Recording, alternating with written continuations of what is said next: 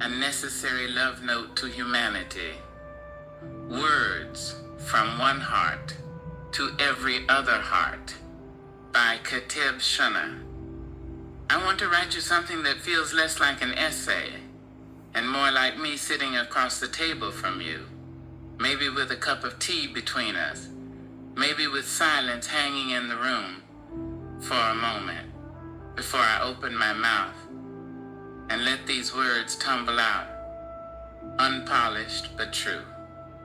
I want you to hear me not as a preacher, not as some authority, not as a man trying to impress you with clever phrases or perfect grammar, but as a human being who cares about you, about us, about where we're going as people.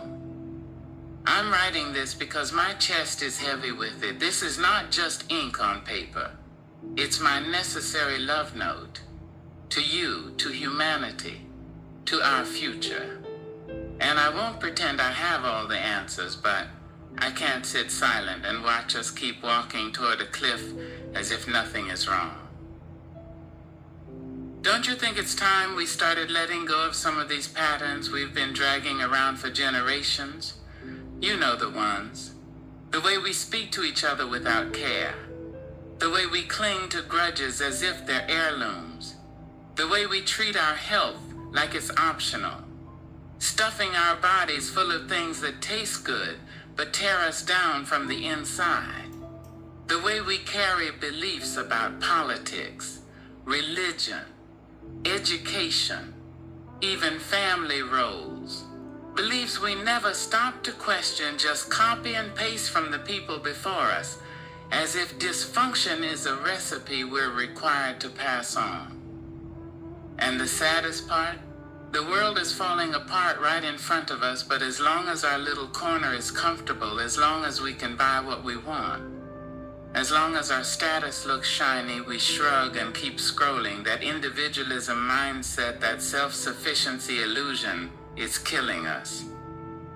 And let me be real here. I'm not pointing fingers without first pointing them at myself, and I've had to unlearn a lot. And when I say unlearn, I mean wrestle with my own ego until it screamed. I've had to unlearn that being tough meant not crying. I've had to unlearn that silence was safer than speaking truth. I've had to unlearn that my worth depended on possessions or performance. And let me tell you, my ego hated every second of it. It was like dragging a stubborn mule uphill. But that's the only way I've been able to bridge the gap between me and the Creator.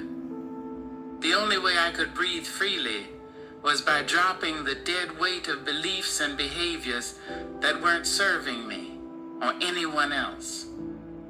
Think about the blueprints you inherited. Maybe you saw your dad mistreat your mom and you thought, that's how men act. Or you watched your mom disrespect your dad and assumed, that's how women love. Or maybe it was the food, those southern Thanksgiving plates stacked so high the turkey couldn't see daylight. Delicious, yes. Healthy, not even close. We've been calling dysfunction tradition and pain normal. But those aren't blueprints, those are broken maps. And unless we start admitting it, we'll keep handing those maps to our children and watching them get lost too. But it's not just family, it's everywhere. Look at what we feed ourselves mentally and spiritually. Some of the music blasting in our ears doesn't heal, it hardens. Some of the shows we watch don't inspire, they normalize chaos. And don't get me wrong, I enjoy a good laugh, a good song, a good distraction as much as anyone.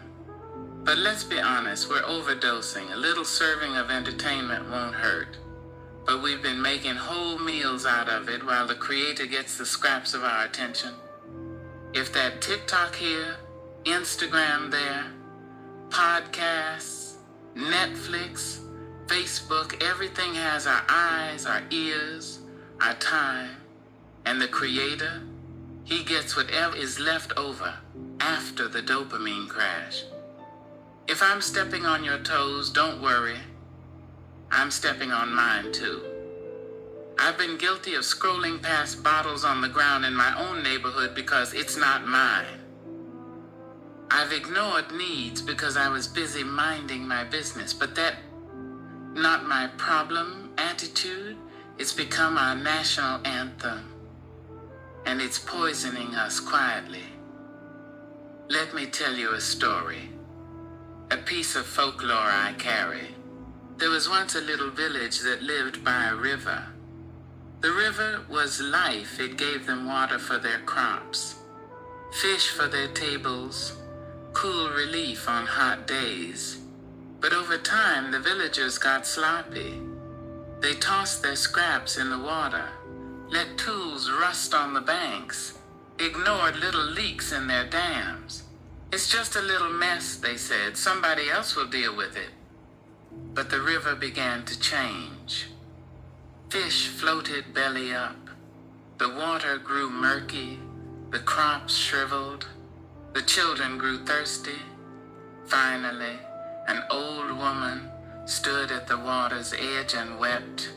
"We've poisoned the gift that kept us alive," she said. So she began to clean the river by hand, day after day. At first, the people laughed. "What's the point?" But slowly, ashamed of their neglect, they joined her. Together they healed the river. The village lived again. The river is our world right now. And if we don't put our hands in the water, if we don't start cleaning what we've been poisoning, then one day our children will look at us and wonder why we didn't care enough to save what sustained us. And I'll admit, sometimes it's almost funny, in a tragic, shake your head kind of way, how much energy we put into nonsense. We'll binge watch 10 hours of a show about people who don't care about life, then wake up empty and wonder why. We'll argue online like our keyboard is a weapon of mass destruction, but we won't knock on our neighbor's door to see if they're lonely. We'll put more passion into defending a celebrity we've never met than into defending the dignity of our own communities. And yes, I laugh at myself too. I'll spend hours reflecting on deep truths, then realize I haven't drunk a glass of water all day. Hypocrisy, table for one. That's me sometimes, but at least I'm learning to admit it. Maybe you see yourself in that too. That's the first step, not pretending we're above it, but confessing, yeah, I've played that game. Now here's the heartbeat of what I need to say. I believe in us. I believe we can stop feeding ourselves dysfunction. I believe we can retrain our appetites not just for food, but for music, for media, for conversations, for habits. I believe we can change how we treat each other, not with suspicion or bitterness, but with compassion, patience, and humility. I believe we can hand the next generation something better than what we inherited. But none of that will happen if we keep waiting for someone else. The river won't clean itself. And the someone is you. The someone is me. The someone is all of us, one choice at a time. Now don't misunderstand me. This isn't easy work.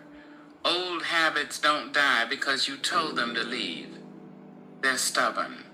They've been wired into your brain, carved into your reflexes. Willpower alone is like a rubber band. It'll snap under stress. But transformation isn't about muscling your way through. It's about surrender. It's about trusting the process, trusting divine timing, trusting that the Creator knows how to shape you, even when you feel like clay collapsing on the wheel. And yes, you'll stumble. Yes, you'll fall back into old patterns. But failure isn't the end of the road. It's a stepping stone. The only question that matters is, will you get back up? Sometimes it feels like trying to push a mountain with your bare hands. But mountains move, not all at once, but stone by stone, inch by inch. And the Creator has already put in you the strength to start lifting stones. What He's waiting for is your willingness to stop making excuses and pick one up, just one.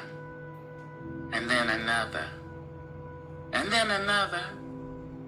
So hear me when I say this, I care.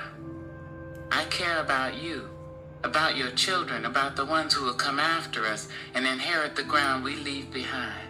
I care too much to stay quiet while we keep poisoning the river, while we keep feasting on dysfunction, while we keep calling bitterness normal. This reflection, these words, this pen, they're my way of reaching out across the noise and saying, you matter. Your choices matter. Our future matters. I'm not asking for perfection. I'm asking for presence. I'm asking for the courage to unlearn what no longer serves us.